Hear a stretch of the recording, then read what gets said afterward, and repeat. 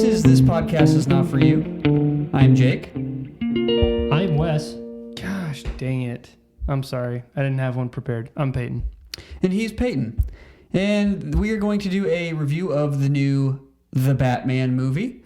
And this review is sponsored by Monday Zero Alcohol Whiskey and Spirits. It's and inside here. Right now we are drinking the OG. Oh, yeah. We don't have the bottle. Mixed with Monday gin, and none of us have tried it yet. So this is real reaction. Ooh, it's got a smell to it. This is the reaction video you came for. It's tart. It is very tart. It's tart. One more? We are ready. Let's freaking go. So, I like it. Fresh. we saw The Batman. We are fresh from the theater, green-eyed and innocent, and we did watch it with our eyeballs. Mm-hmm. Now, let's just get a real quick backstory.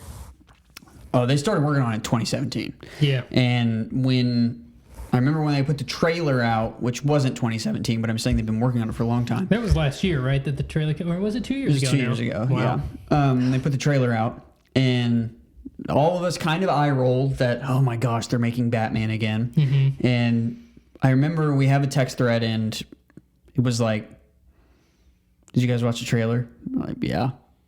Like, it was like, do you guys think it looks good? Yeah. And I was like, I think it looks pretty good. And then we were all like, yeah, it looks kind of good. It looks all right. We were kind of surprised. Yes, by we were surprised the quality that it looked like, and I that think- first trailer is very well put together. I think collectively we were pretty upset that it looked good. Yes. Yeah. I know Yeah. I was Yeah. upset. Yeah. I was like, It's sort of like the new Jurassic Park trailer, right? Jurassic World trailer, whatever. It's like, that doesn't look like total crap, yeah. which is insane. Well, I think the thing that bothers me about it is like, cool. Its existence. Well, no, I just mean like, it looks really good. That's what bothers me.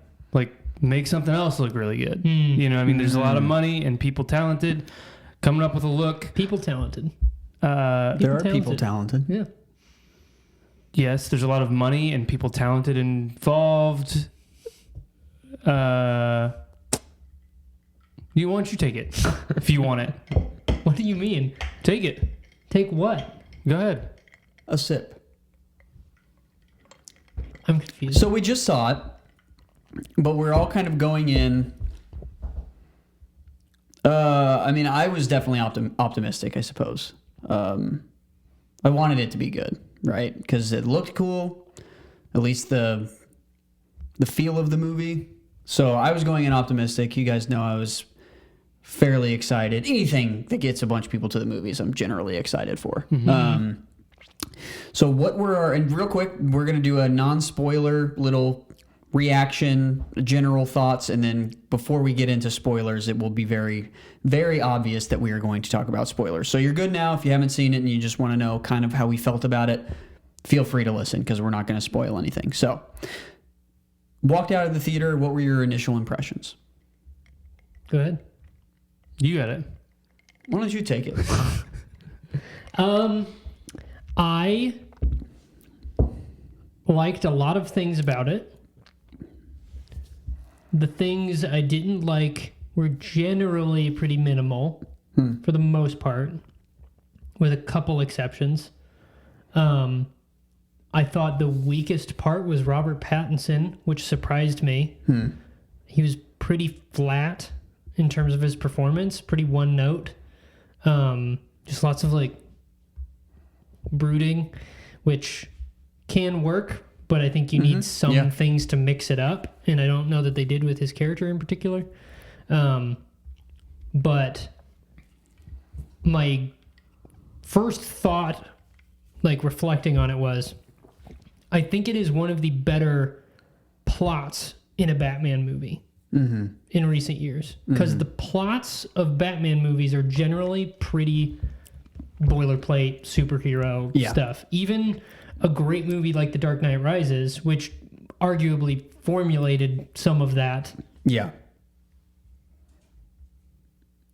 Formulated some of that. Again, unedited episode, so we're just going to have to... Yeah. Formulated some of that style or that plotting. Yeah. But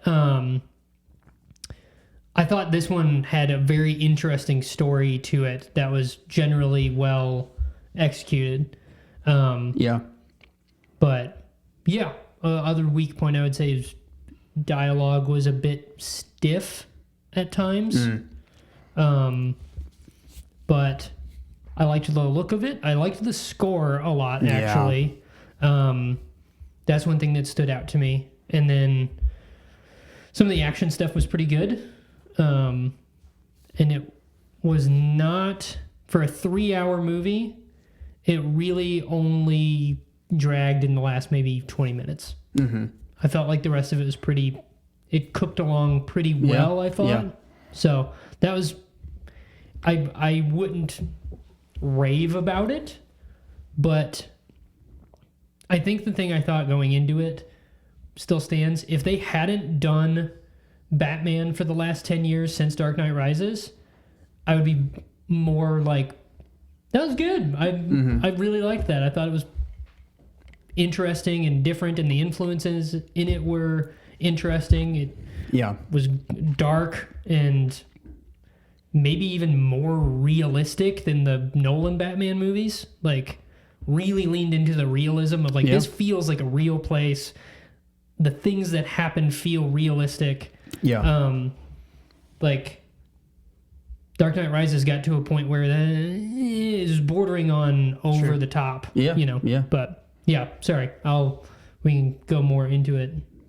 No, I think but yeah, I love the score. I think it fits almost every note of the movie. Like if something like really intense is happening, imposing. Yes, and like so I thought that was great. Especially I've seen it twice. The second time it was like it was accentuating almost everything that was happening, and I think Matt Reeves' composition on like almost every shot is interesting. I mean, at the very least, it's interesting. And I was interested in this too because I liked the Planet of the Apes series that he did, which I didn't think I would like. Yeah. But the last two of those were pretty good, like surprisingly for a bunch of CGI monkeys. Right. Yeah. Like that's what Robert said. He's like, if he can get a good performance out of a monkey, then I'm excited to work with him. Yeah, for sure. He's a talented filmmaker for sure.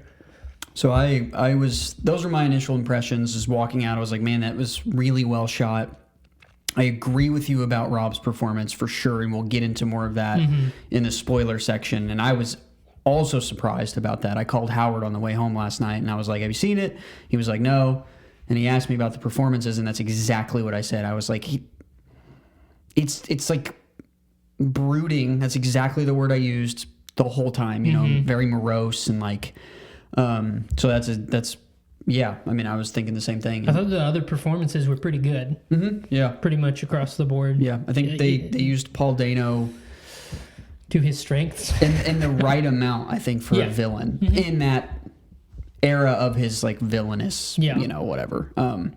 So yeah, I think I liked the fact that everything you've probably heard about it in terms of like a non-spoiler section, everything you've probably heard about it is true. I like the fact that it's not super action heavy. I had a sneaking suspicion that the first time I watched it, a couple people left because it wasn't exciting, which is just very strange to me. Straight up like a detective movie. Yeah, and I love that. I thought there are really only like 2 action scenes. Yeah. If you count the car, there's a chase scene. If you count that, there's 3, which in a 3-hour movie is superhero comic book movie is crazy. Yeah. But I loved that. I thought there's an interview Matt did about it, and the test screen that they did before it came out was even longer. And I'm sure he was saying he was feeling it in the audience. He was like, "Oh, this is the worst mistake I've ever made. Like, audiences don't want to be tested like this in a superhero movie. You know, this is what have I done type of thing." And it scored off the charts. High. Yes. And so it's like, I loved that. Longer that than 3 hours, it scored high? Yeah. Wow. Yeah. That's impressive. Initial thoughts. Spoiler free. Spoiler free initial thoughts. Like, just right after you saw it. Initially, what did you think? But no spoilers. You can't say any spoilers. If you spoil it, Yeah. you spoil anything. Like say there's a chase scene on accident, I you just kind of roll with it. I did watch the movie. Sorry, guys. Spoilers. I watched it. Peyton, Yeah, just say. I know. Usually we do these without watching anything. Yeah. He's joking. This isn't the spoiler section, but 2 words kept coming to my mind as I watched this movie, and they are nothing special. I thought it was... Listen, no one can sit through a long movie better than me. Trust me. I like them. You have to do something with it. And I think it was very boring. I think there's too much space between lines. I think you're talking 15 characters and we need to care about them. I think it was, I'd say on your point with the score, I agree. I think the main theme is awesome. I just listened to the score. I was just to make sure I was right about it because I had a sneaking suspicion.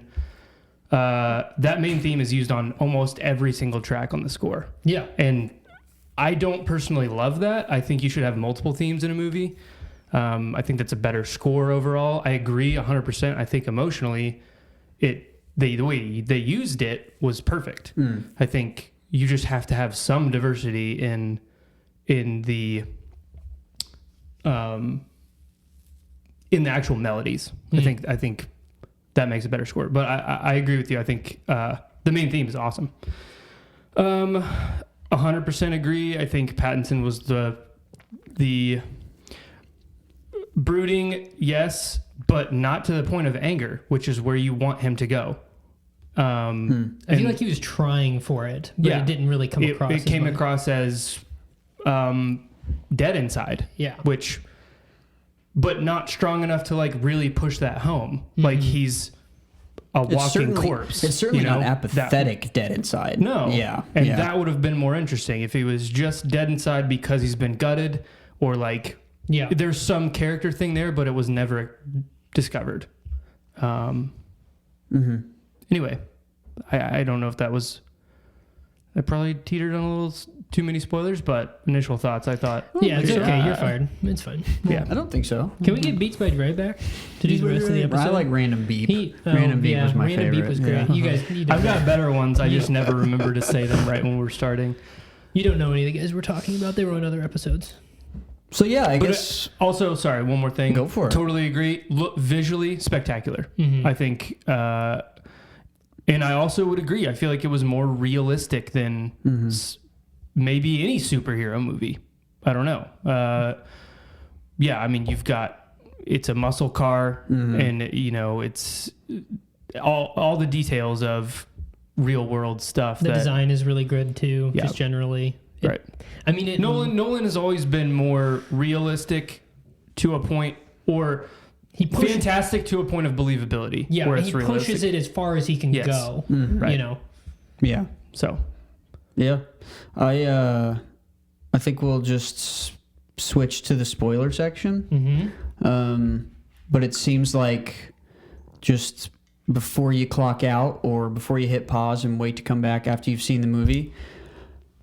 Just general, I would give it 1.5 thumbs up. That's our. Can I give a different metric? What is it out of? Yeah, I'm gonna give 2. Oh, that's Howard. He probably get him on. Hey Howard, what's up? You're on the recording of the Batman review. Sorry, you're recording the podcast. We were just doing our quick thumbs up impressions. How many thumbs up would you give it, real quick? Man, I'm gonna give the Batman a solid 1 thumbs up for now. 1 thumbs up for now. That is 1 thumbs. That is Howard Nunnally, the drummer of Me Like Bees. All right, Howard, thank you. All right, That's how you corner somebody into a deal. So, yeah, how many 1 thumbs? Would you give it 1 thumbs as well? 1 thumbs. I'll give it. Oh, too soon. I guess this is the spoiler section. I would probably agree. If we're going off the same scale as you, I'd give it 1.5. You only have 2. 1.5 thumbs. I mean, yeah. Yeah, maybe. Yeah, 1.5 thumbs. Can I get it 3/4? I'd give it 2 thumbs sideways. Okay.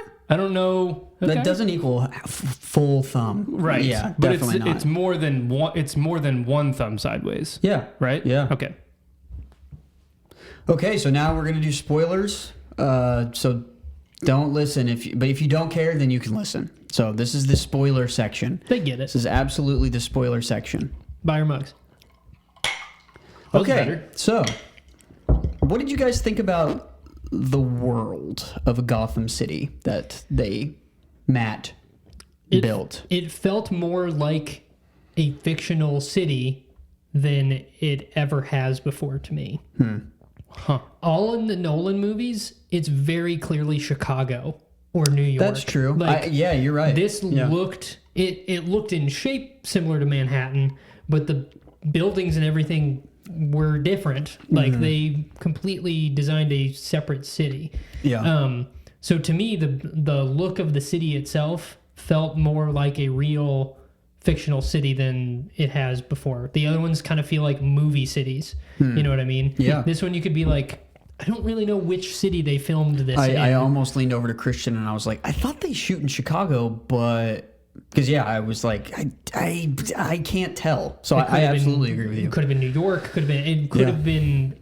Yeah. It just looked more unique. And then in the world, everything, like all the items, all of the tech that he has as Batman, all of the stuff the Riddler is doing, it's very.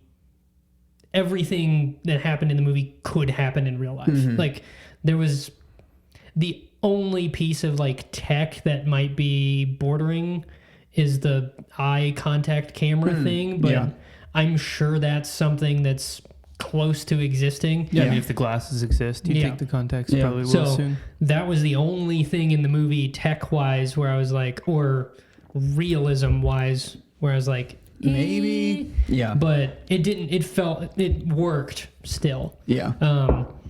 But yeah, I mean, even you look at the Batmobile. Like you look at the Batmobile in the Nolan movies, and it's a tank essentially. And within the world, that works. You know, in this one, that would have felt completely out of place. Sure. It made sense that it's just a souped out muscle car. It might be my favorite Batmobile of all time. It's pretty cool. It's pretty freaking sweet. It's such a good, like, I would want to say middle ground, right? Because it's not like, oh, we had to make some compromises. It's like, it's just a really interesting rendition on, you know. It's got the jet So on the cool. back, Yeah. but it looks just like just a beefier car, you know. Yeah. Anyways, but yeah, that's my thoughts on the world building. Felt very realistic. And That is so crazy. I Hate the Batmobile. no. I thought the Batmobile was awesome. Man, I thought it was so clearly New York. I don't know why I did. I didn't pick up on the stuff you guys were. I think what solidified it for me is they literally call it the Garden. I mean, that was the one thing, yeah. I guess, I didn't know I if thought that- that Times Square was very clearly Times Square with all the screens. But maybe I'm wrong. I could be thinking it could have just been a thing where I was like, oh, that's New York. Because to me, Gotham has always been New York. That's what it was based on. That's what, I mean, and I think that I thought they were leaning into that. Like, oh, no, this is New York City that we're talking about. Yeah, it might be. I mean, it's definitely modeled after New York in this movie, I think, in a lot of ways. The island, the Times Square thing, it does look like a version, sort of Times Square, but it feels just like a city center to me, similar to New York. Yeah, I guess if you blindfolded yourself and turned yourself around in a city center, it'd be difficult to tell the difference between some of them, I'm sure. The screens are the only thing real, like the shape of it and everything is completely different. The screens are really the only thing that connect. But the garden thing, it's exactly, they even call it Square Garden, like Gotham Square Garden. And I didn't even, I mean, that's not why, I'm not leaning too heavy on that. I just, when they zoom in and it's like in a building or it's like any of the landscapes though, that feels like New York to me. Like any of the aerial shots of the bridges and Interesting. and stuff like that. It really felt like New York, but I could absolutely be wrong about that. They could have shot somewhere I mean, else. it's more of the impression that you got than You whether can't it's be right or on that. wrong. I think it's, yeah, I thought the Sorry, I should give my thoughts on that. I thought it was great. I thought that I loved that about it. Like, it was refreshing to me that it was like, no, this is New York. This is clearly New York. Gotham's New York. We're leaning into that. That's what it felt like to me, and I liked it. Yeah, I thought the world that the time they chose and the world that they built around this time in like Bruce's life, and it feels like the Riddler is kind of the first villain that he's facing because he's only been Batman for 2 years, and I thought that was all really cool. It was a really cool concept to do this 2-year infantile Batman where he's still kind of getting his footing. The public is still kind of getting their perception of him correct, and so I thought that in terms of like the scene that they were setting for the movie in that world was really cool, and obviously the sets and the physical stuff I really dug too. But that first act, not really the first act, but the first scenes where he's kind of journaling, and that idea that it's like, no, I'm just here to like bring fear into like bad people's lives. Yeah. I was like, that's really cool. And then it's more like, okay, well, there's not a cop on every street corner, but the cops that are on the street corners, and this is real life I'm talking, are more of a hindrance to crime. And, it's like, well, the idea that they could be there means you won't speed. Right. And it's like, oh, that's cool. I never thought of that idea as like Batman. I thought I thought the world that they built of the crime in Gotham felt more like how Gotham is talked about in like they always talk in a cesspool. It's a cesspool and all that stuff. But you look at the city of Gotham in the Dark Knight movies, with the exception of Batman Begins. It feels seedy like that. Yeah. Dark Knight and Dark Knight Rises, it feels a little bit more like clean, slick city. Sure. With a couple really bad dudes. Yeah.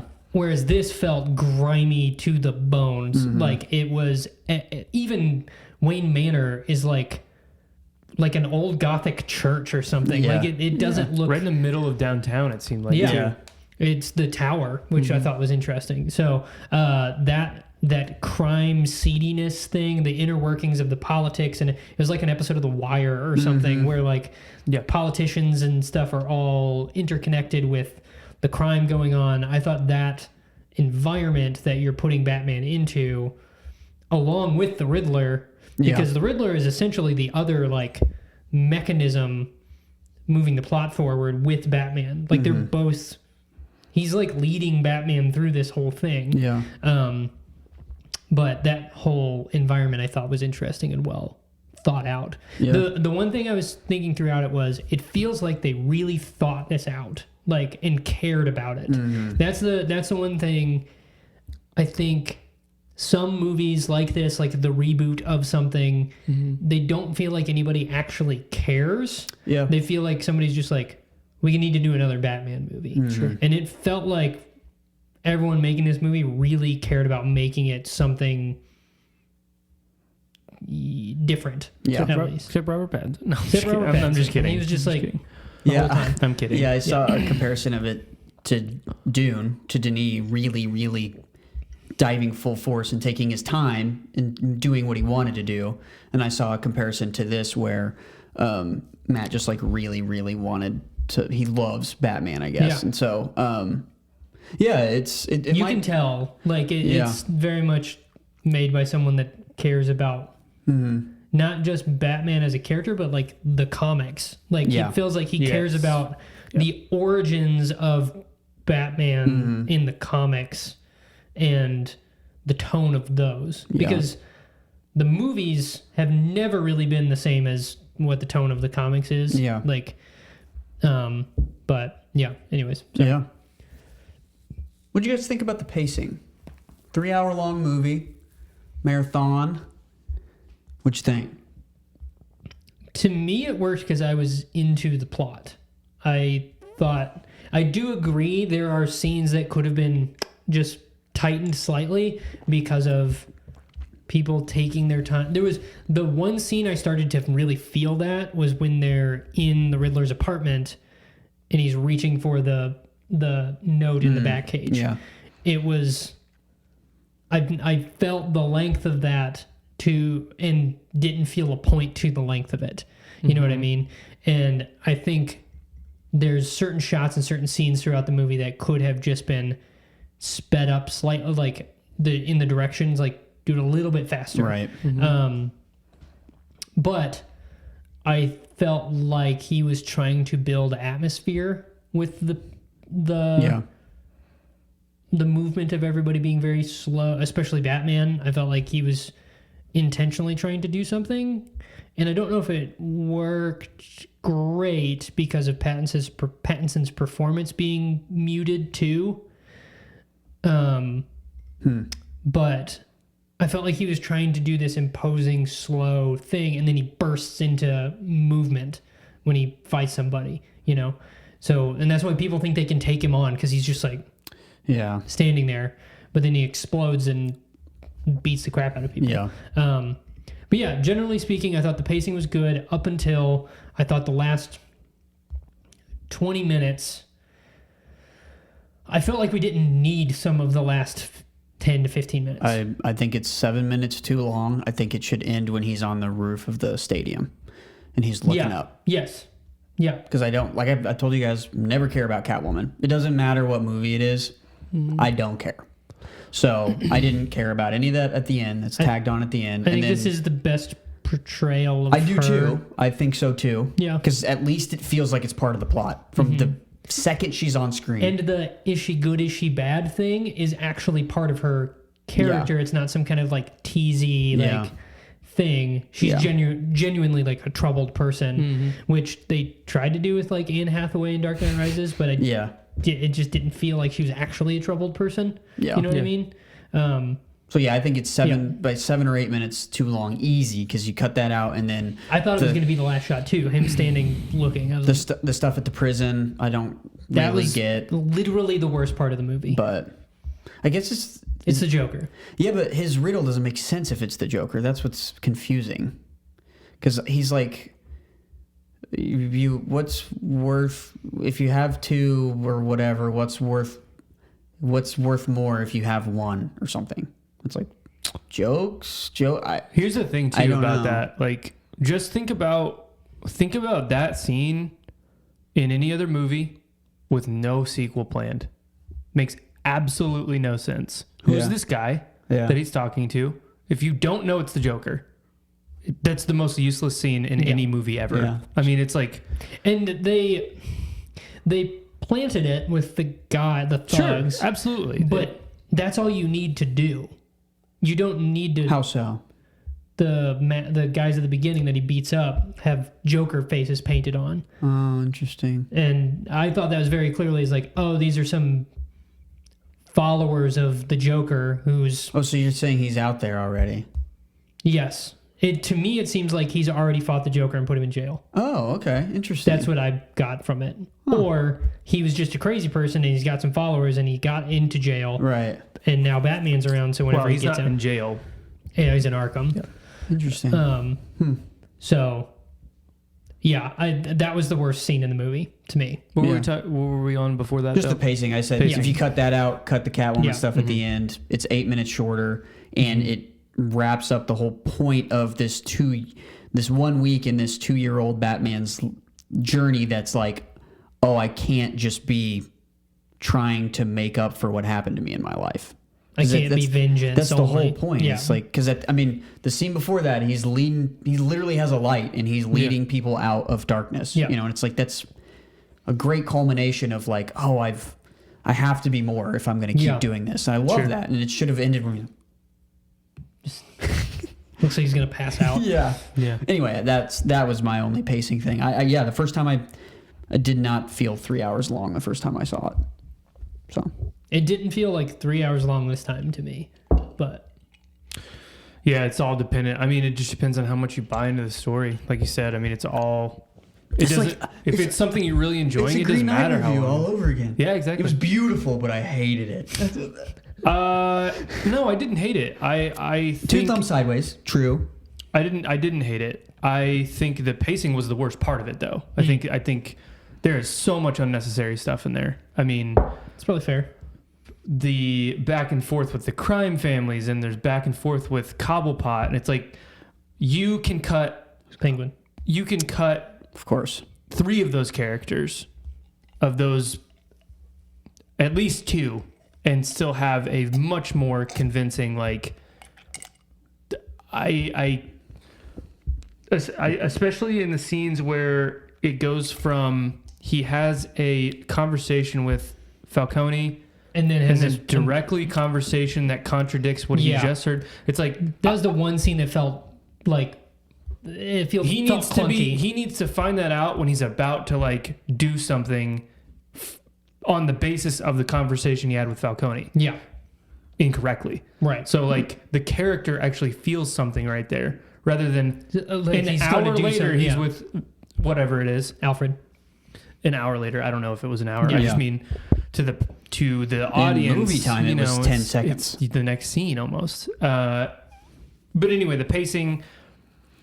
I found myself sighing 3 or 4 times, and that's never. I heard multiple people around us just going, when there's a lull, just like. It just. It was too long. There's no way around it. Like, most movies shouldn't be 3 hours. And Yeah. he's, after the first time he's walking and you hear his boots and it's the slowest anyone's ever walked before, you can't do that again and again and again. You can't. It doesn't work. It's like, now he's just a slow guy. He's not interesting. He's not, you're not getting scared from seeing him anymore. He's just moving slow. And it felt like, I probably agree with you. I think they're trying to do something. It felt like a cheat. It's like, he has to be a character, not in just like how he's moving. You have to do something more with that as Bruce Wayne, especially. I mean, he didn't do anything different. Bruce Wayne or Batman. Nothing. I mean, Well, let's get into the performances then, because that's the next thing on the docket. I completely agree, especially the second time, because that's what I left the theater feeling. I was like, man, especially like being a fan of almost everything else he's done. yeah. I left the theater and I was like, it feels like he did the exact same thing the entire movie. Yeah. And I think some of the logic behind him being the same as Bruce Wayne might be that he's young and new to doing this, and he doesn't want to be a billionaire. doesn't care. Yeah. Like, he really doesn't care too much. You find that out, like, when the Riddler's going to reveal who he is, or if he thinks he's going to. Which I thought that's a really cool scene. It was. Yeah. Yeah.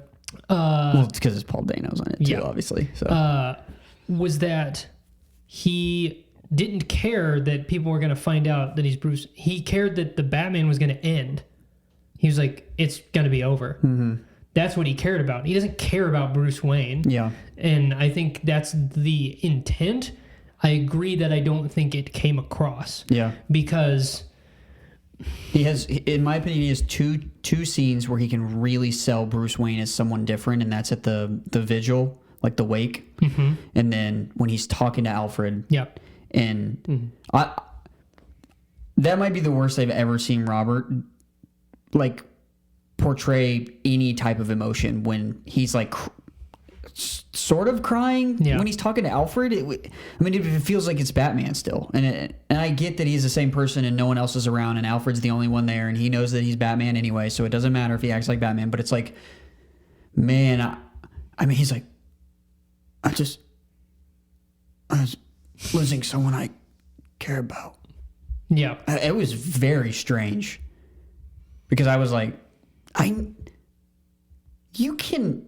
He can definitely I know you act. can. It was so weird, and it's just, because I think most of the time he's in the movie he's as Batman, so I get that. But I feel like those are the two chances where they had to make him someone else. Think about how much fuller of a character he'd feel like, or how much better his performance would feel if he had those two differences. Like if he had just a few scenes as Bruce Wayne where he's doing something different. Because then Batman also feels more intimidating. And then, like, maybe it's like something that he just like, he just becomes like a monster, Or you see Bruce again at the end behaving differently.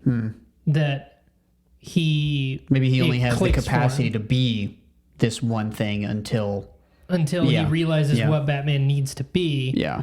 And changes, you know. And then in retrospect, you look back on the character and you go, okay, this is the journey he was going through. This is why he's so like stoic the whole time, is because he's not who he should be yet. But they don't do that. It's just straight the even after the change that he has, he's still the same kind of like stoic dude a little bit, even in the last scene with Zoe. Selena. Yeah. I freaking love when Alfred's working on the thing at the beginning, though, and he puts the sunglasses on. He's like, that's really interesting. That's so good. That's so funny. Performances, I thought everyone was good except for him. Like, Paul Dano was great, as he always is. I loved that. I think they're unintentional, but a couple nods so there will be blood in there. Unintentionally, though. Okay. The fact that Paul Dano beat someone's head in at the beginning of the movie and is breathing heavily, the sounded the same as the end of There Will Be Blood, and he's like breathing heavily, and then he like kind of like stumbles over. It just reminded me of There Will Be Blood immediately. And then the scene where he first appears when the mayor walks across and the light shines on Paul Dano and he's just like standing there in his apartment. I was like, it was good. Really cool. I thought he was good. And the only other one that I was a little disappointed in was Jeffrey Wright. I thought he was fine and serviceable, but they didn't give him too much like backstory or anything like that. But I thought Colin Farrell was really good. Yeah. And gotta love John Turturro. Right. He's great in pretty much everything. And then I agree. I thought Zoe was also Me too. good, and I don't think she's that great of an actress, but yeah. I thought the performances were good. I don't think they had anything to say. That's the problem. I don't think the writing was very good. I think the performances were great. I think I think what you said, you both said this earlier, I think this decision informed everything else. Realism. It's all very real. The issue is to a fault. To a fault to me, I think. Meaning, I just don't think it was interesting to be a part of. Like, I just didn't care about what everyone was saying. Like, it just felt very methodical. This is the thing, and then this is the next line, and then this is the next line. I mean, there was no, I don't know. I mean, I think the dialogue in particular was a weak point because it felt stiff. Yeah. And you know me, dialogue is almost everything to me in a movie. I mean, I love looking at beautiful stuff, but it is like, that is the music. Yeah. That is what draws me into a movie, is the dialogue, and I felt like it was flat. Yeah. I felt like the plotting, like I said at the beginning, the plot, the serial killer style investigation, I thought was the best part of it. And I felt like there weren't really plot holes to me watching it. No. And the second time I didn't think of, whoa. Yeah. Yeah. The way the Riddler works into the crime stuff going on, and how Bruce works into the crime stuff going on, and his father, I thought all that stuff was very interesting. It's a different take on that whole thing. And I thought plotting wise, it had all of the pieces there. It was a very well plotted script. Those pieces just needed to be closer to each other. There was too much space between those pieces, and that made it less interesting when you got to the next one. That's my thing. Sure. And on your point, I think clearly the biggest influence on this film was Seven. Oh, 100%. I mean, there's so many parallels you can make to the movie Seven. It's David Fincher film, but that's the thing is his apartment. Seven is significantly less runtime than that movie. Sure. And it's not fast pacing, but it keeps you going. Like, and it, especially with the Riddler stuff, where he's been here the whole time. I mean, there's probably 15 comparisons I can make to 7, especially the main serial killer stuff, where he is the notebooks in the apartment and that's small stuff. I'm talking about the actual character drive, which is to show people that these people are evil. Yeah. That's why he's killing them and showing the world their face. Yeah. With photos of them doing dirty After, yeah. Yeah. So it's like that character drive is the exact same as Kevin Spacey in 7. You just show everyone how crappy the world is, so we can start over. Essentially, I mean, he's multiple times at the end he's saying he's vengeance. So it's probably something like that, but it's also very close to that same thing. So, and you get the other thing you get more so with the Riddler than you did with Kevin Spacey's character in 7 is that he's genuinely mentally like snapped to a point where like whenever Batman starts yelling at him, he's like he like starts making noise and like humming to himself and like a person that actually can't think as clearly as they think they can. Kevin Spacey's character, the reason he's so scary in that film is because he doesn't have a moment like that where you're like, oh, okay, he's like you see him and he's very like calm demeanor. He never like yells or anything like that. He's seems like a normal person, and that's what makes that character really like terrifying. Sure. But I completely agree. I think 7 is so clearly an influence on this, like all over world the place. building. I mean, everything. Yeah. The amount of rain. Like Fincher always said with 7, he's like, it needs to be constantly raining, except at the end of the movie. And it was basically raining the entire movie of this one. And even the buildings they were in were leaking half the time. Yeah. So, I remember people were comparing Joker to Taxi Driver. This is not even in the same ballpark. It is so much more like 7 than that movie was like Taxi Driver. I mean, it is very similar. I still haven't seen Joker, so I can't compare. Speaking of comparisons, let's compare this to the other Batman. So that's the problem is, even it feels like if you like this one, some of the discourse could be, well then, okay, so is it better than the other ones? Or, even I saw it last night and I, posted on my story and people were like, how's it compared to The Dark Knight?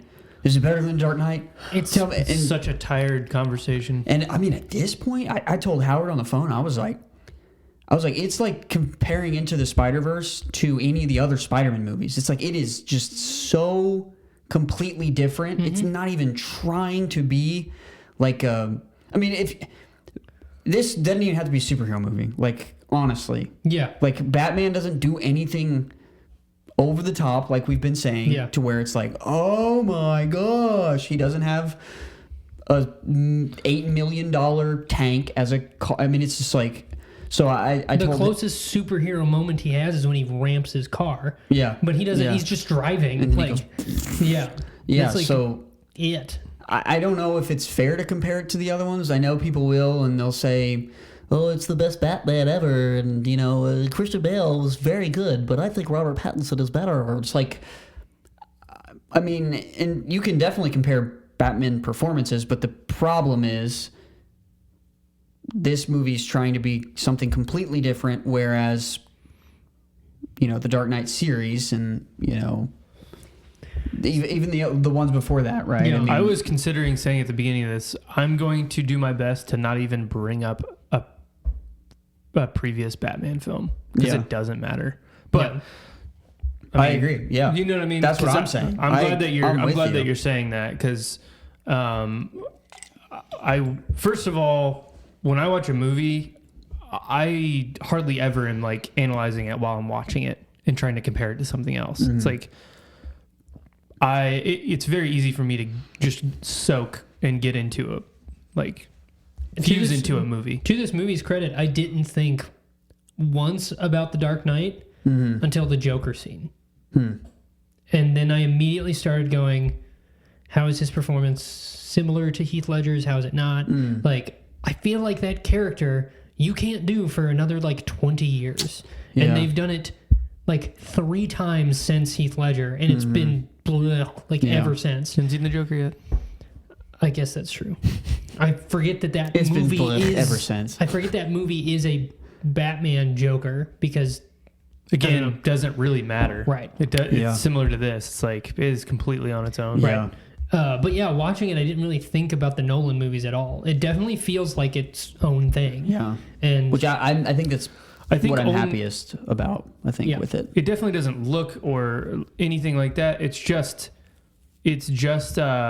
memory, like, I don't even know what I would call it, but when you hear the name Selena, it's just like, if you've watched those movies a lot, or, you know, Carmine Falcone, it's just like you hear the character names, and it's really hard not to just immediately think of those that you love already. It's like, I don't know. It was but on its own, it doesn't feel like that. But they're using all kinds of, because they're pulling from the same character. I know. Yeah. And it's like, what can you do? Yeah. But yeah.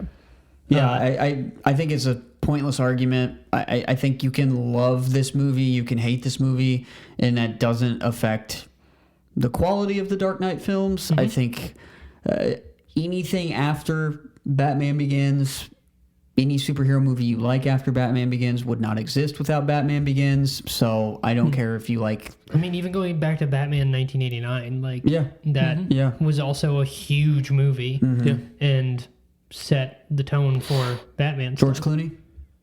Michael Keaton. Oh, that's Michael Keaton. Yeah. Okay, yeah. He was the first one to play Batman in a film, I think. Yeah. Yeah, so I don't know. I will say this. I think we can compare the character. I think that's fair. I think he was the worst, unfortunately. I think every other guy had something different.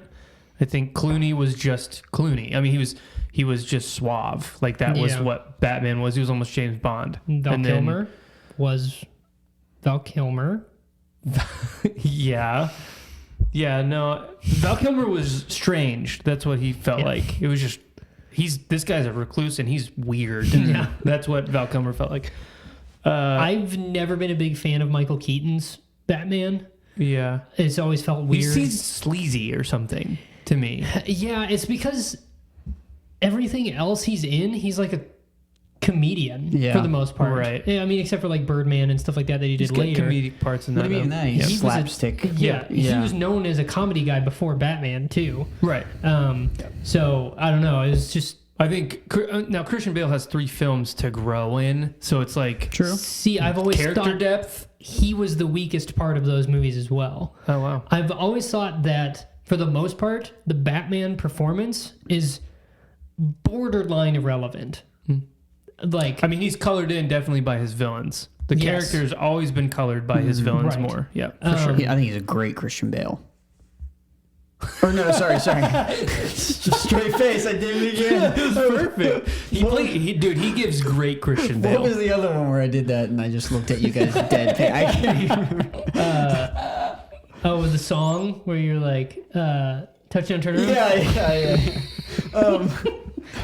So I mean, he's a great Christian Bale. I think he's a great Bruce Wayne. I really do. I mean, he's cool. He's got quips. He's like debonair. Wait, are we talking about Christian Bale? Yeah. Yes, for real. Okay. Yeah. So I think, but his Batman is colored in by his villains would be a great I feel way like Pattinson's version of Batman was fine. Oh, I freaking loved it. Walk as slow as you want in every scene you want.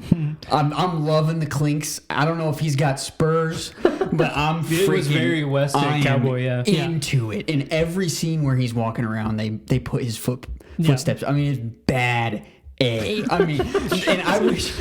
I think in moderation it is for sure. Dude, walk around as Give me more. Dude, it was awesome. Give me the 4-hour cut of him walking across the my room. favorite one was it's the second time when he walks out of the shadows. It's the in the funeral when because they're like, what's he looking at? And then you see the cop and he's like, holy shit, because it's like, oh, maybe this guy hasn't seen Batman before because he's like. That's how new he is. I mean, it's like it's sort of like I love the freaking the best part of Red Rising is Pierce's like building of like this myth, this idea, right? And I'm like, dude, I'm into that. That's kind of what it felt like when he's like, and the guy's like, holy shit. You know, it's like, oh, dude. And I really wish that the freaking upside down flame thing wasn't in the trailer, because that entire sequence is amazing. I mean, he walks the whole way, and they show it. They show him walking the whole way. And it's I know. Bad A. I mean, and then he's like, The car chase to me was the best scene in the movie. I thought it was really, I thought it was really very well good. it was done. the only car chase was good. car chase scene where I was like, I love this. Yeah, you hate car chases. I hate car chases. I forgot about that. You know what it was? Everyone's Fire. favorite. Fire. Everyone's no, Fire that and wasn't rain. it. That wasn't it.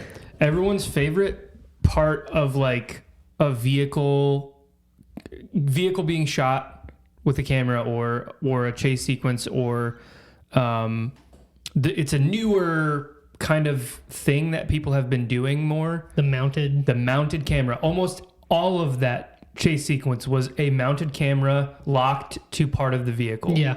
With a close up on a tire. Looks good. And it looks awesome. I love the mounted stuff when he jumps off the building too.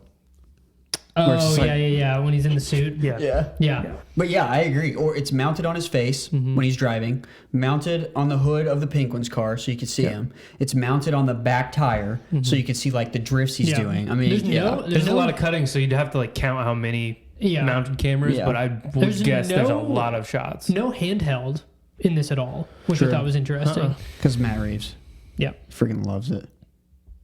Handheld? Yeah. I'm trying to remember the other. Cloverfield. He directed Cloverfield? Yeah. Yeah. I completely forgot about that. He loves handheld. Have you seen Wow. Cloverfield? I forgot that he ended up doing the Yeah. Planet of the Apes. I thought those were two different guys, but wow. Yeah, he does love handheld. Yeah, now we're there. Okay. I mean, he loved it for that movie. Come on, guys. But yeah, I thought that sequence was great. But all that to say, I thought Pattinson's performance as Batman was fine, I loved it. but the Bruce Wayne stuff is where it was lacking. Oh, yeah, for sure. And it's because he's not Bruce Wayne very often.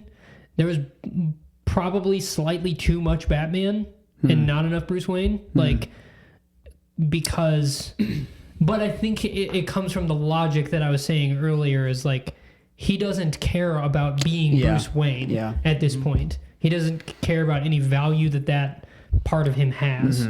So, I think the main thing lacking in him is trying to get the character is the character is supposed to be very intelligent, and I don't think anything comes across as him being intelligent. Alfred solves every one of those ciphers.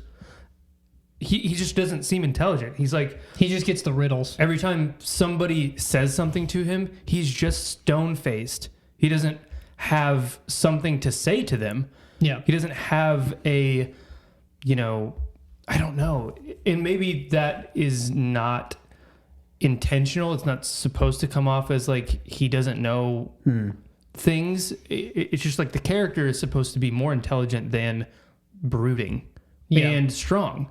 The character has always been a detective. Yeah. So I think it wasn't detective noir enough, meaning he should be. I was hoping for more of that. And I think they went in the middle of the road in terms of like general superhero plot, in the sense of the bad guys are doing this, I need to be there to stop them. Even though there's 2 action sequences or 3, every time that he's not like cutting off the Riddler at his game. And he's not, like the Riddler pulls him through it. And maybe it's because he's young. Maybe it's because it's, like you said, it's 2 years. He kind of fails at the end in terms of, he doesn't stop yes, he saves some people. Yeah. The Riddler floods the city. Yeah. And I leaned over to Zach. I was like, Batman's not punching that water, so he's screwed. Yeah. Like he didn't stop it. Right. You know, he figured out the crime thing and sort of solved that with the help of the Riddler. But it really did feel like a Batman learning to be Batman and like taking his punches because he's not great at it yet. Sure. I think I enjoyed it as much as I did for that reason. Yeah. I think they needed to make a bigger point of it because it didn't. I could see some people not getting that that's the case, that he's only been Batman for 2 years. Because did they ever say that? Oh, yeah. They did? I know they say it a little bit at the beginning. I know he says it once at the beginning, and then I know for sure when he shuts the notebook, it says year 2. Okay. So, but yeah, you're right. I mean, I thought it was pretty clear that came across to me. Anyway. I understood it. I just felt like, I don't know. Yeah.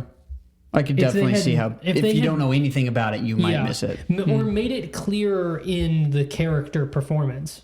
And because he's pretty one note, I don't think you get that as much. The only other thing I was going to say was I feel like I thought it would have been interesting if they just killed Alfred. I was kind of disappointed to see that he wasn't dead. He may be. I guess so. You assume that if you stabilize...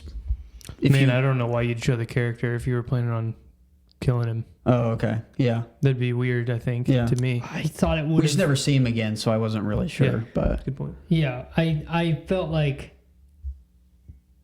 Yeah. He's probably alive, but I thought, okay, that would be really interesting to just give him another massive blow this early into him doing this. Yeah.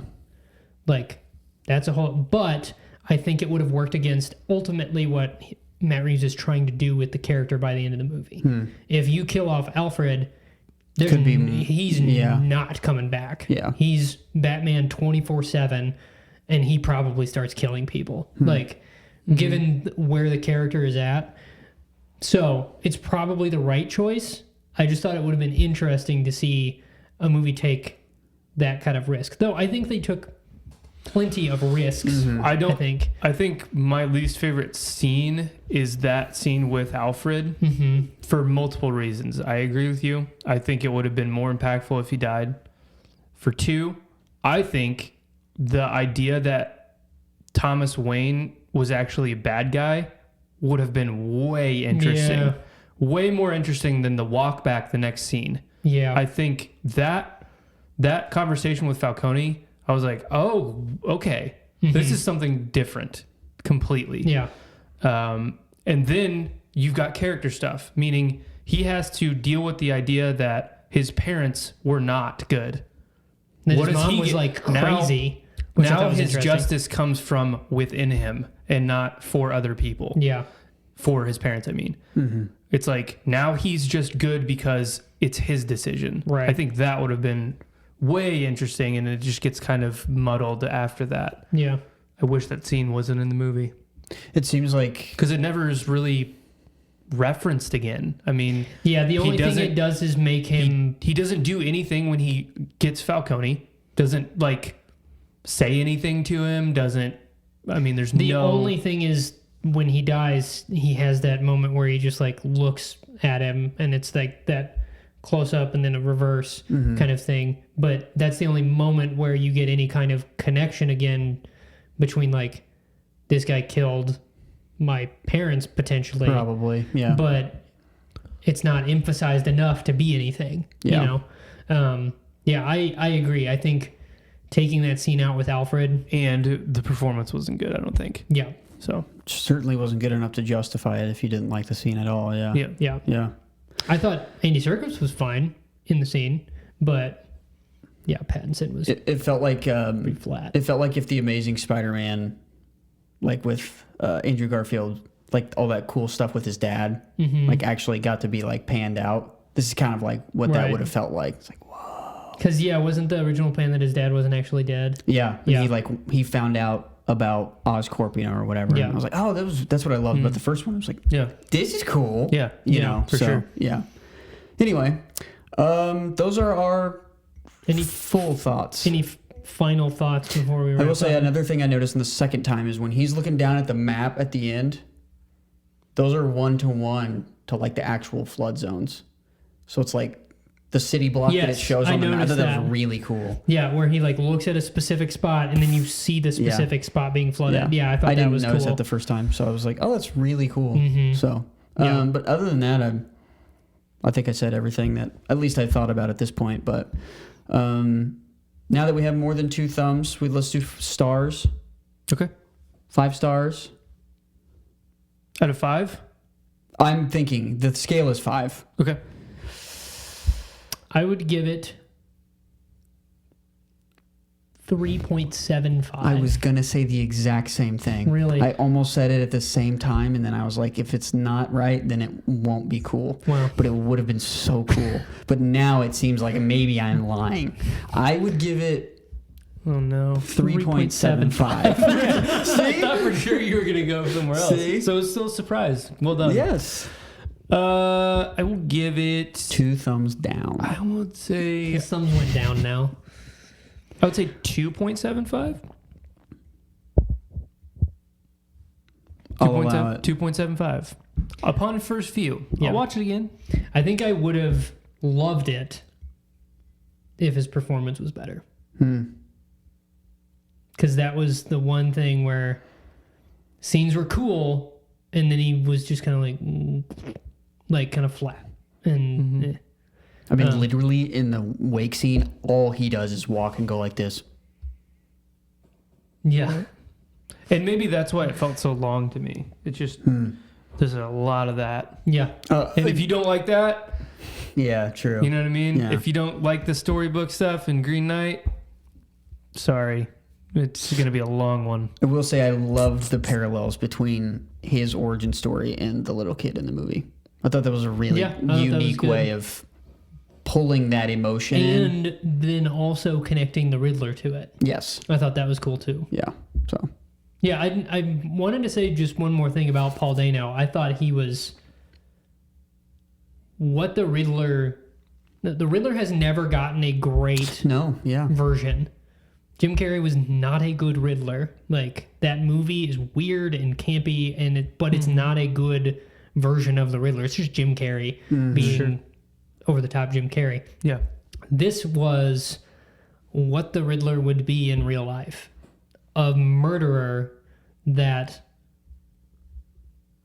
has this weird... I mean, he was also very clearly modeled after the Zodiac Killer. Mm-hmm. Yeah.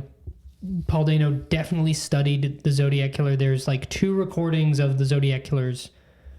Or I don't know if it's a recording. It might be, but of the voice of the Zodiac Killer when he called in a murder and reported it, and he had this very deep monotone voice, and it's very similar. If you've ever seen the movie Zodiac, Also a very long slog.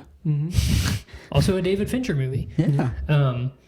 But yeah, he very clearly modeled it after. Even like the mask is similar, like because the Zodiac Killer had the glasses over his hood, and the ciphers and everything like that. Very clearly modeled after the Zodiac as well. But I thought Paul Dano did a really good job in the one big scene he had. Like he was throughout the movie, but it's very like obscured. He's wearing a mask, and you don't get a lot of time with him. But the scene that you do is really impactful, and I felt like he absolutely nailed it.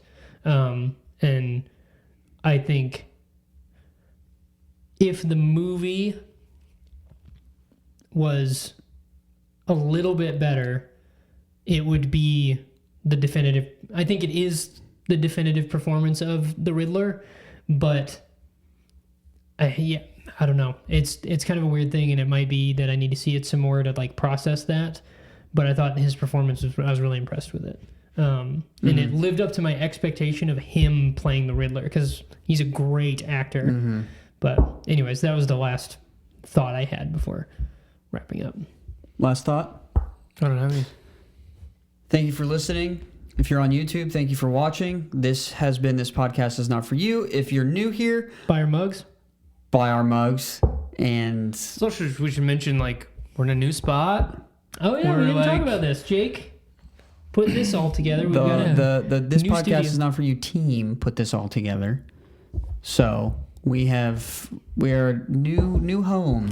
We've got a new home. We've got kicked Peyton we've got out of his bedroom. a new sponsor with a referral Oh code. yeah, what's the code, Jake? Yes, again, this review is sponsored by Monday Zero Alcohol. Zero alcohol, Whiskey and spirits. spirits. We do have a discount code, and we. This was really good, by the way. Yeah, I liked it. Once I got in, and that the lemon was permeated, Of course. it was real good. I will. Here we go. And this isn't a joke. Because we joke about this all the time. This is real. This so is if real. you type in this code, you will get yes 15%,